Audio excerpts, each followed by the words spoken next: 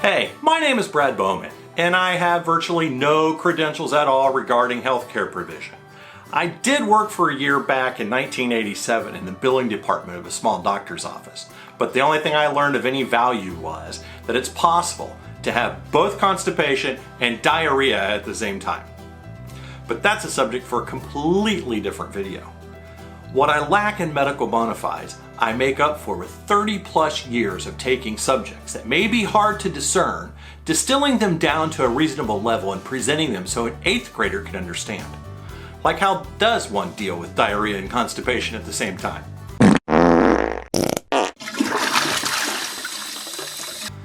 Never mind, let's skip that. Since the novel coronavirus that causes COVID-19 was unleashed on the world, we have seen millions of cases and hundreds of thousands of deaths. We have also been learning about this virus on the fly as its rate of spread is unprecedented. We're also seeing a lot of armchair experts alerting us to various conspiracy theories, denials, and outright misinformation about this disease. And the biggest source of contention seems to be the issue of masks.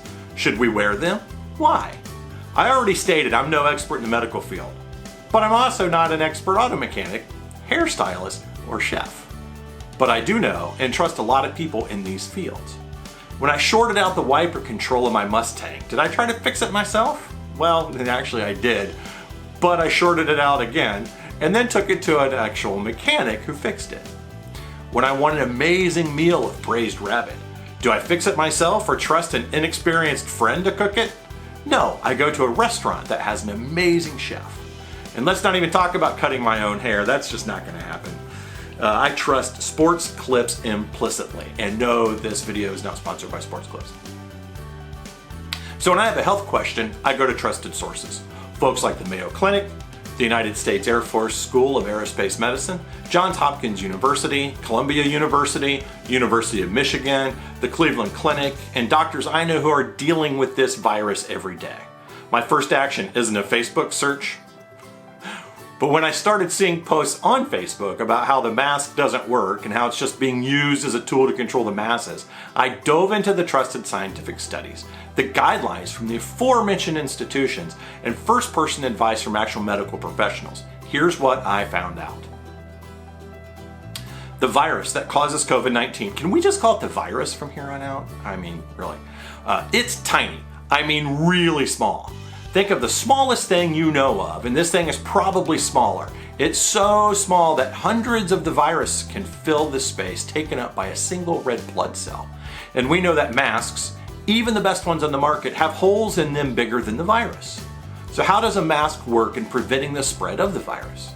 The answer is actually quite simple. The virus can't move by itself. It doesn't have any means of locomotion. Bacteria often do. The E. coli bacteria that causes one of the most severe infections has flagella that it whips around moving through a fluid. The brain-eating amoeba uses pseudopodia to move through fluid. The virus just sits there, waiting to be picked up by something else to be moved. The most frequent method of travel from one person to the next is through mucus or other fluids expelled. The virus loves snot. It gets tossed around in the glorious slime until it gets thrown into the air, hitching a ride on moisture droplets. These droplets are expelled when someone breathes, sneezes, coughs, or anything else that can move fluid out of their bodies. The mask, conveniently enough, covers most of the exit paths for these rather disgusting globs. So the mask can't stop every little particle that exits the mouth, but it does stop a large majority of them. That is why the guidelines coming from these amazing medical institutions all state that the masks, used in conjunction with social distancing, hand washing, and performing an Amazonian rain dance can and does help slow the spread of the virus. Well, maybe not that rain dance bit. To show how these masks work, I have set up a little demonstration. Here's the experiment. I have these really cool polystyrene foam heads. I'm going to use pins in the heads to hold the masks in place. Behind the mask, I'll place a white paper towel. I've also filled bottles and containers with different substances of different colors so we can see how the mask is effective against each one. After the test, I'll remove the mask and we should be able to see where the mask stopped or didn't stop the fluid. We will do 3 different tests for each subject. One up close and personal, This simulates that obnoxious non-mask wearing jerk of a person who doesn't respect personal space. We will also do one from 6 feet. This is the social distancer who still doesn't wear a mask. Then we will do one from 6 feet through a mask. This is the optimum and recommended practice. All parties wearing a mask and all parties practicing social distancing. We're also going to have a control group where we're not going to use any masks or anything and see how that works. Okay, that was fun, but let's look at the results. Even with a full-on blast up close and personal, the mask stopped a large majority of fluids from entering the nose and mouth area. And when full mask wearing and social distancing was observed, we saw virtually no fluid reaching Foamy's mouth and nose. So no, masks aren't 100% foolproof, but nobody said they were. But when they are used in conjunction with social distancing protocols, they are extremely effective in slowing the spread of the virus. And before a flame war breaks out in the comments, please peruse the list of studies and articles from these highly respected top-of-their-field organizations I've listed in the description below. Do not post unless you've read through these studies. Thanks for taking the time to watch this video. Please everyone, we're facing another spike in case numbers. Many of us and our families have been impacted by this thing. One death is too many. Let's do what we can to prevent more. Wear the masks and stay safe.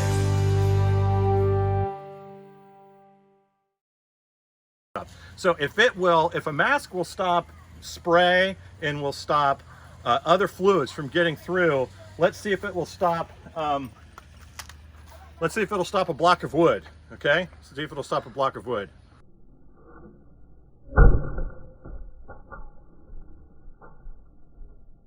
An iron pipe. So we're going to see if it'll stop an iron pipe.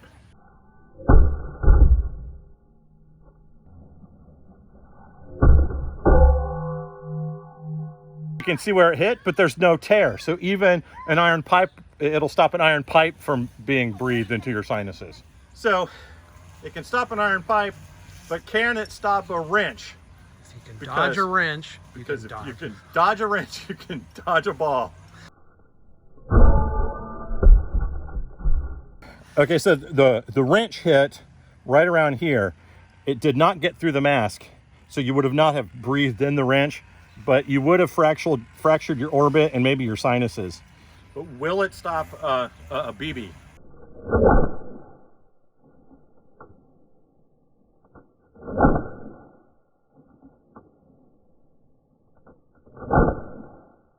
But what if you're attacked by someone wielding a gas and grill cleaner, spray paint, polyurethane, spray adhesive, or black flag wasp and hornet spray? Let's see if the mask will stop any of those.